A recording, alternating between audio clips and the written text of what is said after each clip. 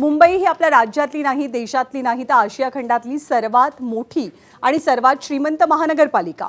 त्यामुळे या महानगरपालिकेवरती स्वबळावर सत्ता मिळवण्यासाठी प्रत्येक पक्ष आग्रही होता।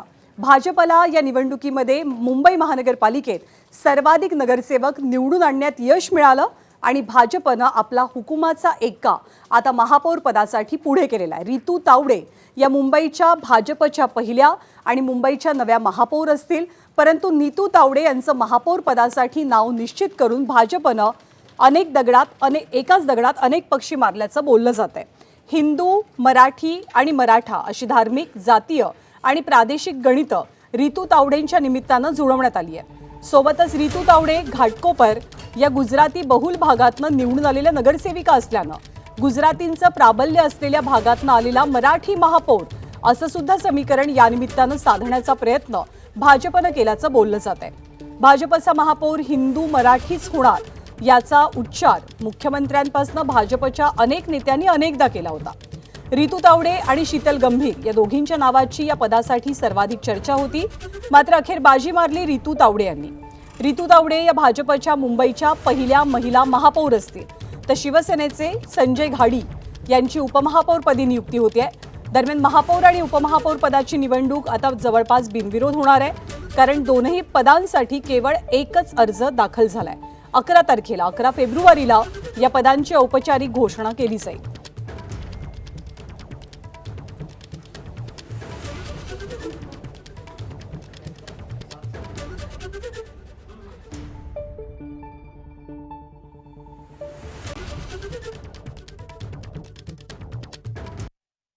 44 वर्षानंतर भारतीय जनता पार्टीचा महापौर या ठिकाणी विराजमान होणार आहे।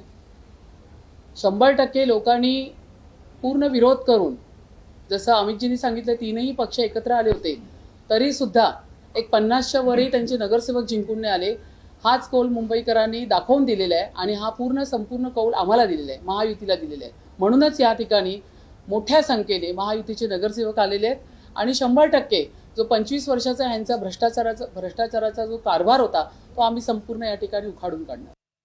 आज साधारणतः 44 वर्षानंतर भारतीय जनता पार्टीचा महापौर हा मुंबई शहरामध्ये, मुंबईच्या महानगरपालिकेमध्ये विराजमान होणार असून मुंबई महानगरपालिकेला भ्रष्टाचार विरहित प्रशासन देण्याच्या हेतूने मुंबई शहराचा विकास आणि प्रगती घडवण्याच्या दृष्टिकोनातून आणि मुंबई शहराची सुरक्षितता अबाधित ठेवण्याच्या दृष्टिकोनातून मुंबईच्या महापौर या कार्यरत असतील आणि कायमचं मुंबईच्या महानगरपालिकेला भ्रष्टाचाराच्या विळख्यातून बाहेर काढणं हे त्यांचं परम कर्तव्य असेल।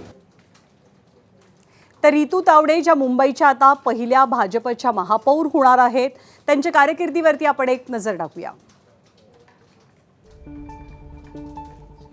रितू तावडे या प्रभाग क्रमांक 132 मधनं भाजपच्या नगरसेविका म्हणून जिंकून आलेल्या आहेत। मुंबई महापालिकेत त्या 2 टर्म नगरसेविका राहिल्यात। घाटकोपरच्या गुजराती बहुल मतदारसंघांमधील त्या मराठी चेहरा आहेत। मुंबई महानगरपालिकेत शिक्षण समितीच्या अध्यक्षपदाचा रितू यांना अनुभव आहे।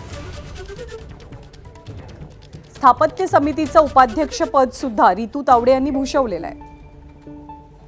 तर भाजपचा ईशान्य मुंबईतला एक आक्रमक चेहरा अशी रितू तावडे यांची ओळख आहे। वीज दरवाढी विरोधात त्यांनी आक्रमक आंदोलन केलेलं, जे कमालीचं चर्चेत राहिलेलं।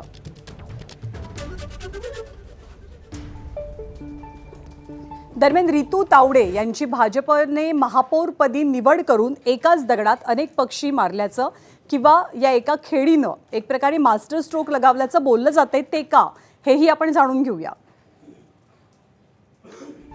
रितू तावडे यांना महापौर पद देत भाजपनं राजकीय बॅलन्स साधण्याचा प्रयत्न केलाय। गुजराती बहुल वॉर्डाच्या नगरसेविकेला महापौर पद देत भाजपनं आपली वोट बँक सुद्धा जपलेली आहे। रितू तावडेंच्या रूपानं हिंदू, मराठी आणि मराठा चेहऱ्याला संधी देत जाती आणि धार्मिक गणितं सुद्धा भाजपनं सांभाळली आहे। तर विरोधकांच्या मराठी विरोधी आरोपांना भाजपनं थेट कृतीतनं उत्तर दिलं, रितू तावडेंचा चेहरा पुढे करून। आणि अर्थातच रितू तावडे यांचं महापौर पदासाठी नाव पुढे आल्यानंतर शिवसेनेची, उद्धव ठाकरेंच्या शिवसेनेची प्रतिक्रिया काय असेल, भूमिका काय असेल, ते आता महापौर पदासाठी कोणी उमेदवार देणार का याची चर्चा रंगू लागल्या. पण मराठी नाव पुढे आल्यामुळे कुठेतरी एक प्रकारे ठाकरेंच्या शिवसेनेनं अर्ज न भरण्याचं निश्चित केल्याचं पाहायला मिळतंय. किशोरी पेडणेकरांनी काय संकेत दिले आपण पाहूया. मुंबईचं जिथे आता मराठीच महापौर दिलंय त्या नक्कीच आम्ही अपशकुन करणार नाही. आम्हाला आकड्यांची गणितं मान्य असतात आणि ती मान्य केलेली आहे.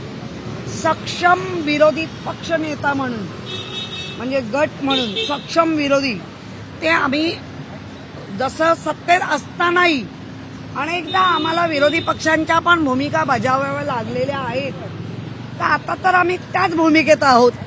तर ती आम्ही भूमिका पद्धतशीर, नीट, नेटकी, कुठल्याही दबावाला बळी न पडता, कुठल्याही आमिषाला बळी न पडता, प्रत्येक नगरसेवक आपापल्या विभागातला जे काही प्रश्न आहेत ते सक्षमपणे मांडतील.